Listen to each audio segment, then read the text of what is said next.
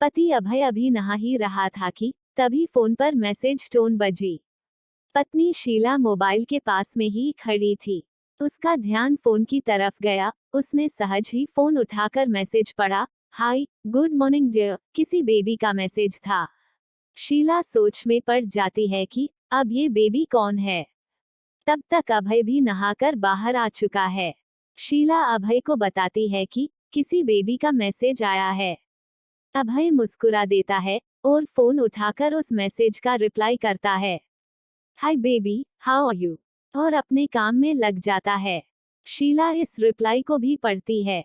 अब हर पल पत्नी के दिमाग में यही विचार घूमता रहता है कि ये बेबी कौन है। शाम को अभय घर आता है। तब शीला उससे पूछती है, ये बेबी कौन है। अभय जवाब में सिर्फ मुस्कुरा देता है और फिर शीला अपने काम में लग जाती है। 3 दिन बीत जाते हैं। उन विचारों ने अभी तक शीला का पीछा नहीं छोड़ा था और फिर से अभय के मोबाइल पर फिर एक बार बेबी का मैसेज आता है। आज तो मिलोगे कि नहीं, तुम्हारी बहुत याद आ रही है। इस मैसेज ने आग में घी का काम किया। शीला का शक और भी ज्यादा पक्का हो गया। बीच बीच में ऐसे मैसेजेस का आदान प्रदान होता रहता और शीला के मन में शक की जड़ें और गहरी होती गई। अभय से पूछने पर जवाब में सिर्फ मुस्कुरा देता और कुछ नहीं कहता।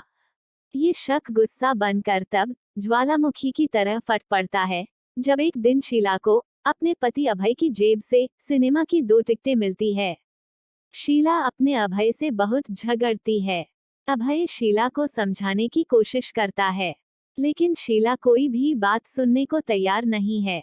अभय को भी उस पर गुस्सा आ जाता है और यह झगड़ा और भी ज्यादा बढ़ जाता है। गुस्से में अभय घर से बाहर निकल जाता है। शीला का गुस्सा भी अभय से कई गुना ज्यादा बढ़ जाता है। तुरंत वो अपना सारा सामान पैक करती है और एक चिट्ठी लिखती है कि मैं मायके जा रही हूँ हमेशा के लिए, और अभय का घर छोड़कर चली जाती है। गुस्सा शांत होने पर जब अभय घर आता है तो चिट्ठी पढ़कर उसके होश उड़ जाते हैं। 9 दिन बीत जाते हैं और गांव के उस घर पर डोरबेल बजती है जहां शीला रहने चली गई है। शीला दरवाजा खोलती है। दरवाजे पर 10 साल की एक छोटी बच्ची हाथों में चिट्ठी लिए खड़ी हैं। वह शीला को चिट्ठी देती है। बच्ची से वह चिट्ठी लेकर शीला खोलकर पढ़ती है। डियर वाइफ, जिस बेबी की वजह से हम दोनों में इतने झगड़े हुए और तुम हमारा घर छोड़कर यहाँ चली आई, ये वही बच्ची है जो अभी तुम्हारे सामने खड़ी है। अनाथ आश्रम की एक प्यारी बच्ची, इसी के साथ में बातें करता था, सिनेमा जाता था। पहली बार जब तुमने बेबी के बारे में पूछा था तो मैंने जानबूझकर तुम्हें नहीं बताया। सोचा था थोड़ा मजाक करता हूँ, देखता हूँ तुम कैसे रिएक्ट करती हो।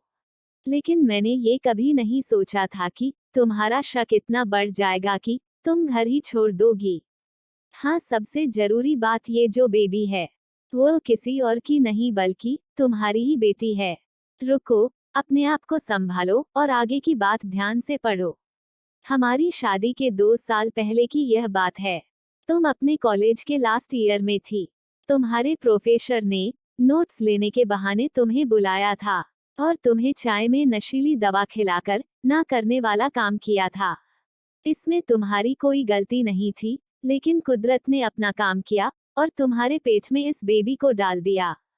काफी प्रयास करने पर भी अबॉर्शन नहीं हुआ तो तुम्हारे घर वालों ने समाज के डर से तुम्हें 6 महीने तक घर में ही रखा। तुम्हारे पिताजी खुद एक डॉक्टर है, इसलिए यह बिन मांगा बच्चा बड़ी आसानी से बिना किसी को कनोकान खबर हुए इस दुनिया में आया। भविष्य में तुम्हारी शादीशुदा जिंदगी में कोई प्रॉब्लम ना हो, इसलिए तुम्हारे पिता ने इस बच्चे को गांव के एक अनाथ आश्रम में छोड़ दिया। ये बच्चा मतलब यही बेबी जो अभी तुम्हारे सामने खड़ी है। अगर अभी भी विश्वास नहीं हो रहा है तो इस बच्ची के गाल का वो तिल देख लो जो शायद तुमने उसे आखिरी बार रोते हुए देखा होगा, या फिर अपने पिताजी से पूछ लो। शीला जल्दी से उस बच्ची को पास में लेकर उसके गालों का तिल देखती है।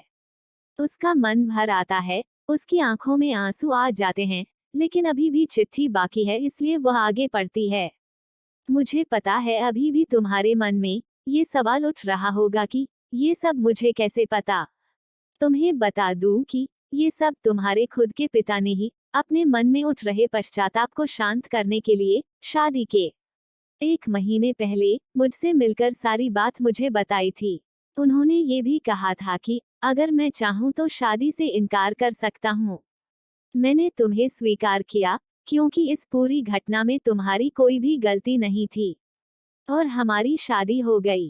तुमने मुझे बहुत प्यार दिया, लेकिन तुम्हारे पिता से बेबी के बारे में जानने के बाद मैं उसे मिले बिना नहीं रह पाया।